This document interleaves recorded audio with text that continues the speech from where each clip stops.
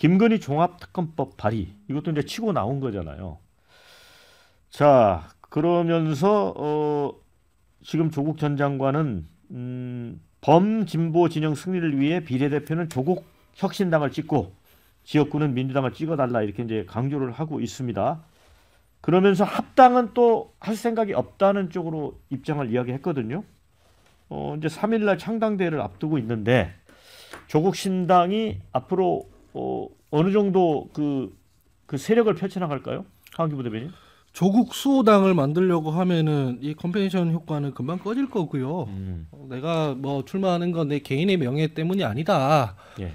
내가 나라를 두 쪽 냈기 때문에 혹은 내 조국 사태라는 일로 하여금 국민들이 두 쪽 났다는 평가가 있으니 내가 그거를 결제하지 않은 차원에서 예. 조국이 직접 조국의 강을 건너려고 내가 나왔다. 예. 나 비판하는 사람들, 민주당에 놓친 사람들, 이런 사람들 앞에 공천할 거고 예. 나는 후순위에 배치할 거다. 그리고 내가 법원의 판결을 받아서 구속이 되더라도 의원직을 상실하더라도 뒤에 동료들이 이어줄 거다. 이러면은 지금 제 모든 정당들이 워낙 엉망진창이기 때문에 지지율을 유지하거나 확장되거나 그럴 수도 있을 것 같은데 조국 수호당 뭐 이렇게 하려면은 아마 지지율이 떨어지겠죠. 아까 배정창 소장님 말씀 잘해주셨는데 그리고 제가 계속 김건희 여사 건 말할 때도 사사건건 나는 이재명 대표 가결 그 체포동의안 넘어왔을 때 가결해야 된다. 그런 약속했기 때문에 해야 된다라고 주장하는 걸 왜 자꾸 까냐면 자기 몸에 붙어 있는 겨부터 털어내야 됩니다. 네. 그 왜 김건희 여사 건도 여론이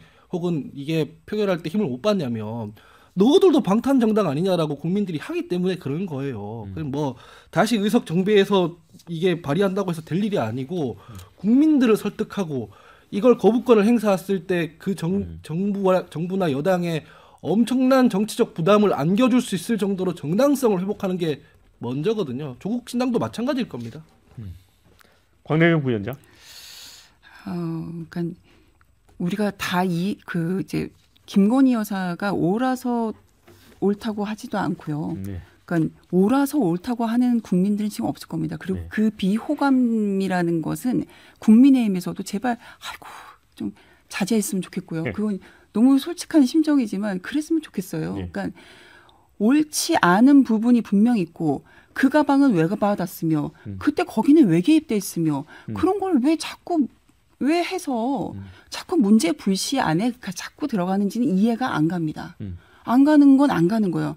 하지만 그 모든 게 어떠한 의도로서 하는지 그 특검 쌍특검도 어떠한 의도로서 하는 건지 그냥 정말 정치적 하나의 이슈로서 총선에 이기려고 하는 건지 어떤 또 방패막이로 하는 건지 이러지 않았으면 좋겠고 정말 밝혀내고 싶다면 그 서로가 용인할 수 있는 범위 내에 그 특검법이라는 거에 수사 내용도 제한할 수 있고요. 할 수 있잖아요. 그러니까 근데 이 모든 게 펼쳐져 있는 상황에서 할 수 있는 부분을 고발해도 되고요. 여러 가지 있습니다. 그러니까 저는 좀 가릴 건 갈라서 해야지만 국민의 눈에도 국민의힘과 더불어민주당으로 보는 것이 아니라 그 문제를 직시하지 않을까 이런 생각은 좀 들어요. 토론할 때 안 우겼으면 좋겠습니다.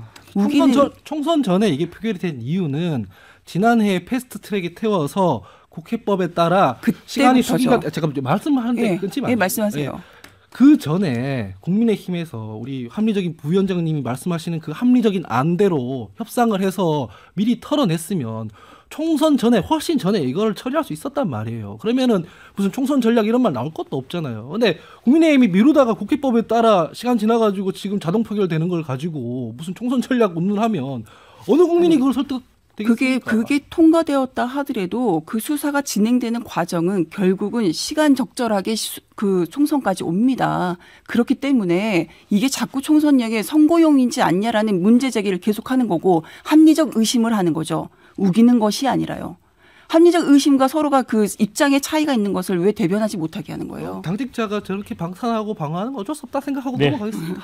자, 조금 논의를 진전시켜 보겠습니다. 이번 논의도 조국 그 신당과 이제 관련된 겁니다.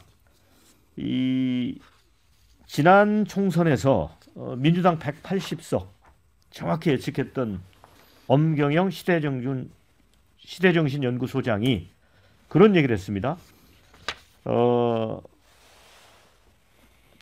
이 조국 신당이 교체 투표를 통해서 대거 득표할 거다. 최소 15% 이상 얻을 거고 그러면 민주당이 폭망하게 된다라고 하면서 그러면 이재명 대표가 당권을 제대로 유지할 수 있겠느냐.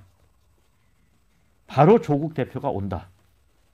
그리고 조 전 장관 사법 리스크에 대해 3심 대법원에서 파기환송될 수도 있다고 본다. 이런 주장까지 했습니다. 글쎄 이건 어떻게 보세요?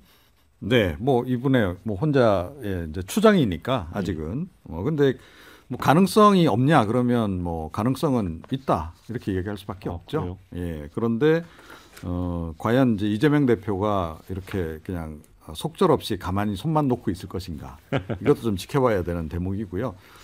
제 생각은 뭐 나름의 반전 카드는 좀 준비를 하고 있을 것이다 이렇게 좀 생각을 합니다. 그거에 따라서 이제 많이 이제 좌우될 거다 이렇게 좀 생각을 하고요. 그러니까 조국 전 장관 같은 경우에는 뭐 원래 팬덤이 좀 존재하고 있는 상황이었기 때문에 어느 정도의 지지세를 이제 모을 수는 있을 것이다 이렇게 좀 생각을 하고요. 그런데 예를 들어서 이제 뭐 비례대표 같은 경우에는 그래도 조금 뭐 몇 석을 얻을 수 있다라고 보는데 그렇다고 해서 조국 신당이 뭐 지역구 여기저기에 뭐 대거 이렇게 출마자를 내보낼 수 있는 그런 좀 상황은 안 될 거다라고 보고 그래서 민주당에게 그렇게 지역구 의석수와 관련해서는 그렇게 치명적인 그런 그 영향을 지금 미치기는 좀 어렵지 않을까 저는 그렇게 지금 보고 있습니다. 네, 조국 혁신당은 네. 민주당과 총선 이후에 뭐 합치지 않겠다고 사실 선을 그었는데 안 합치겠죠. 네. 이분은 이재명 대표가 가고 바로 조국 대표가 온다. 그러니까 마치 민주당 당권을 어떻게 차지할 것처럼 이렇게 약간 그런 느낌이 나서 이런 의도의 발언인가요? 그렇죠. 이렇게 이야기를 해야 또 기에 솔깃하잖아요. 예. 배종찬 소장처럼 데이터에 기반해서 차분하게 이야기를 하면은 뭐 확 기가 다당해. 배 근데 소장. 합당을 안 하겠다고 조국 전 장관이 얘기를 했는데 선을 그었는데. 그러니까요.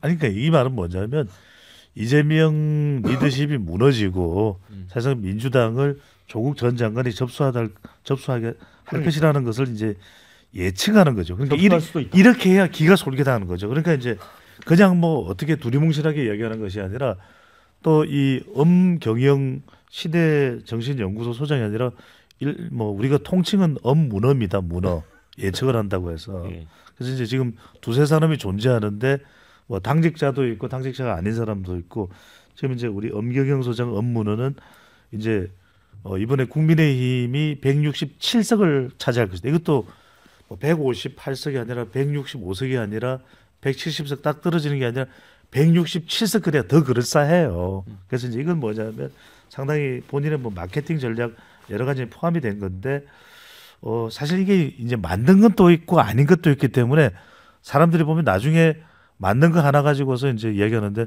뭐 지난 총선에서 180석은 저도 예상했던 거고 그냥 떠들지 않았을 뿐인 거죠. 왜냐하면 제가 바깥에서 떠들면 유시민도 맞추고 유시민 작가도 맞추고 다 맞춘 겁니다. 그리고 그때 한국 갤럽 기준으로 할 때 대통령 지지율이 60%인데 60% 곱하기 300명 하면 180석이 그대로 나와요. 더 뭐 예측할 필요도 없는 건데. 그래서 이제 조국 신당이 15%일 거야. 이래야 또 기가 솔깃한데. 자, 정리할게요. 자, 이게 뭐냐면은 이른바 엄문어인데 엄문어를 할 게 아니라 저는 오징어 게임을 해야 된다. 그러니까 지금 과하지요. 또 과유불급인데 또 한 사람이 있긴 합니다. 지금 국민의힘이 한 152석 한다는 우리 최병천 순대 소장도 있는데 이기는 정치학으로 지금 또 요즘에 많은 광고를 하고 있어요. 제가 지금 또 광고해드렸죠. 근데 이제 세 가지가 필요한데 의석수를 예측하려면 개별 지역구가 필요하고 분석이 필요하고 플러스 이제 비례 의석 연동형으로 매트릭스를 또 우리가 해야 됩니다. 그다음에 두 번째는 판별 분석을 해요. 왜? 박빙적이 있기 때문에 이걸 지금 엄경영 소장은 한 언론 매체에다가 서울 몇 석, 국민의힘 몇 석, 민주당 그럼 박빙적은 어떻게 계산하는 거예요? 이거는 아주 정교한 판별 분석이 필요하고 또 하나는 뭐냐면 총선이 또 아직 40여일, 30며칠 남았잖아요. 그게 시점 추정 분석도 해야 되거든요.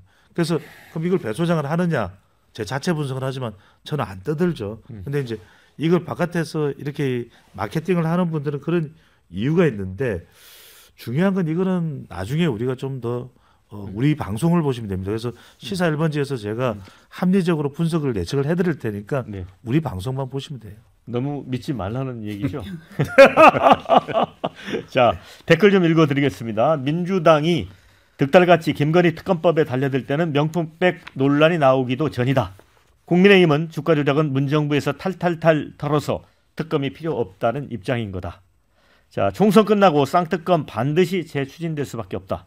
이런 의견도 있습니다. 민주당이든 국민의힘이든 이쪽 저쪽 다 보기 싫다면 조국 혁신당 찍으러 투표장으로 가자. 이런 글도 올려주셨습니다.